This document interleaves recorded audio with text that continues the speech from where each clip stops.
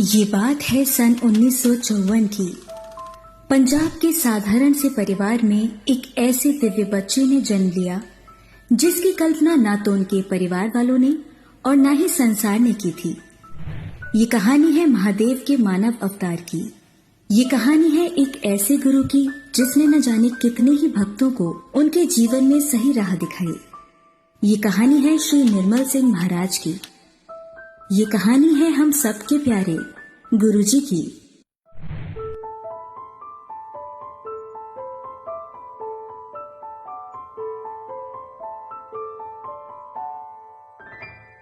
सात जुलाई 1954 के सूर्योदय में पंजाब के मलेरकोटला जिले के डुगरी गांव में गुरुजी के जन्म की घोषणा की।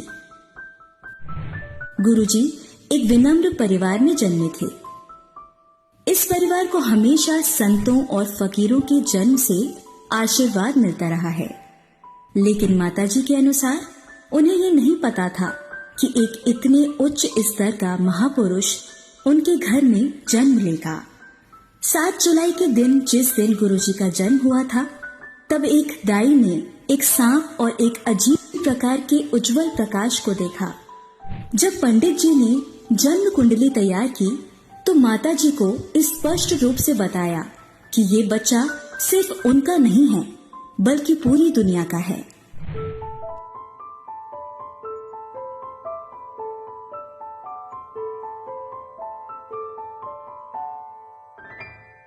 गुरुजी ने अपना प्रारंभिक जीवन डुगरी के आसपास ही बिताया। गुरुजी ने डुगरी प्राइमरी स्कूल और गवर्नमेंट हाई स्कूल में शिक्षा प्राप्त की। उन्होंने गवर्नमेंट कॉलेज मलेरकोटला से स्नातक किया। गुरुजी ने अंग्रेजी और अर्थशास्त्र में 2 बार एमए किया था। वे धारा प्रवाह अंग्रेजी बोलते थे और उनकी लिखावट बहुत सुंदर थी। लोग कहते हैं कि उनमें बचपन से ही आध्यात्मिकता की एक चिंगारी थी। उस चिंगारी को पूर्ण रूप से दीप बनने में ज्यादा वक्त नहीं लगा। धीरे धीरे जिस तरह गुरुजी बड़े हो रहे थे, ठीक उसी तरह माताजी की श्रद्धा अपने बच्चों में बढ़ रही थी और इसी प्रकार माताजी ने उन्हें गुरुजी के नाम से संबोधित किया। एक ऐसा नाम जो दूर दूर तक भक्तों के दिल में गूंजता है।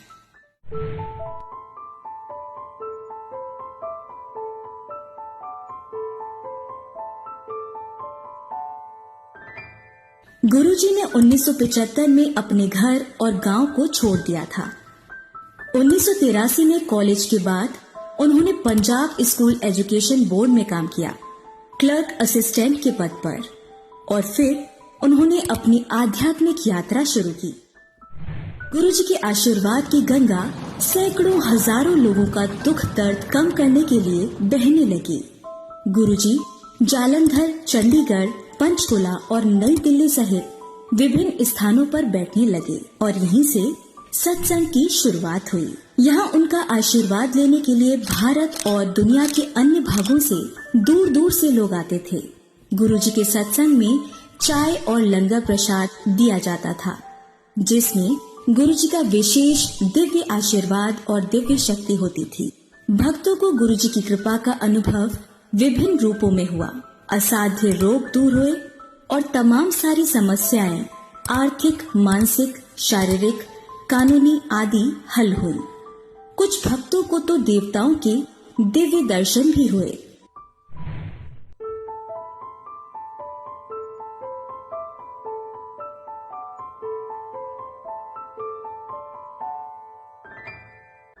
गुरुजी स्वयं भगवान शिव के अवतार हैं और उनमें से एक दिव्य खुशबू उत्पन्न होती थी जो स्वर्गीय गुलाबों के समान होती थी। आज भी जब उनका भौतिक रूप हम लोगों के साथ नहीं है, तब भी ऐसी खुशबू का एहसास होता है। ये उनकी उपस्थिति का प्रमाण देता है। गुरुजी के दरवाजे सभी के लिए खुले थे, न किसी धर्म न किसी वर्ग के। सभी उनके आशीर्वाद की तलाश में थे। राजनेता, व्यवसायी, नौकरशाह और सशस्त्र सेवाकर्मी उनके आशीर्वाद के लिए पंक्तिबद्ध होते थे। निरंतर उनके सम्मान में वृद्धि होती थी और आज भी समाज के कई बड़े बड़े चेहरे गुरुजी के आशीर्वाद के लिए बड़े मंदिर पहुंचते हैं।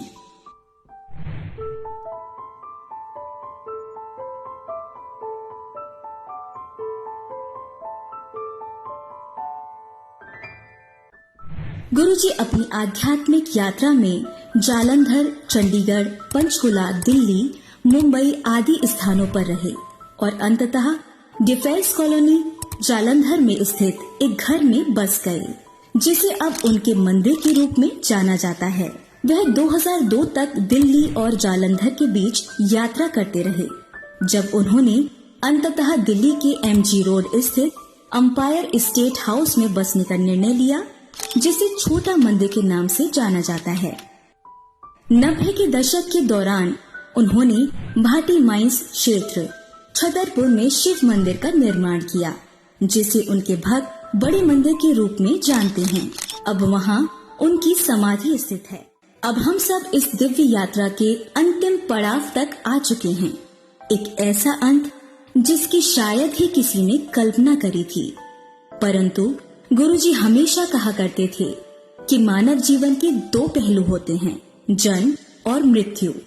अगर किसी ने मानव जीवन लिया है तो उसकी मृत्यु निश्चित है, भले ही वह इंसान हो या स्वयं भगवान।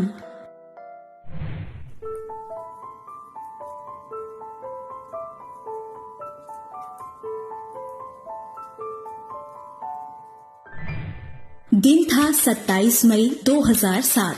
इस दिन गुरुजी ने अपना अंतिम सत्संग रखा था। इसके कुछ दिन पहले से ही वे काफी कम सत्संग कर रहे थे और हमेशा अपनी संगत को ये बोल रहे थे कि मैं बृहस्पतिवार की पूर्णमासी को चला जाऊंगा। सब लोग इस बात को इग्नोर कर रहे थे और मजाक समझकर टाल रहे थे, परंतु उन सबको क्या पता था कि गुरुजी सत्य कह रहे थे। अगले 2 दिन 28 और 29 मई को कोई सत्संग नहीं हुआ। 30 मई को गुरुजी की बिल्कुल खास संगत को एक फोन कॉल से बड़े मंदिर बुलाया गया और जब वह 31 मई 2007 को बड़े मंदिर पहुंचे, तब उन लोगों ने जो एहसास किया, जो देखा, वो शायद ही कभी भूल पाए हों। सब लोग सफेद कपड़ों में फूट फूट कर रो रहे थे और हमारे प्यारे गुरुजी आंखें बंद करे मुस्कुराते हुए एक कांच के बक्से में समाधि ले चुके थे। अगले दिन 1 जून 2007 को गुरुजी के पिता बापूजी डुगरी से बड़े मंदिर पहुंचे और उन्होंने अग्नि दहन की क्रिया शुरू करी। क्रिया करते समय पूरे बड़े मंदिर में गुलाब की खुशबू फैल गई और गुरुजी ने बड़े मंदिर को पूरी तरीके से ब्लेस कर दिया। गुरुजी ने अपना कोई उत्तराधिकारी नहीं चुना, क्योंकि वे हम सब के बीच में से कभी गए ही नहीं। भले ही उन्होंने अपना मानव शरीर जरूर त्याग दिया, परंतु आज भी वो हम सब के साथ है। और अंत में वे बस इतना ही कहना चाहते हैं आप सभी संगत से कि मेरा आशीर्वाद हमेशा मेरे बच्चों के साथ रहेगा। कल्याण कर दिता।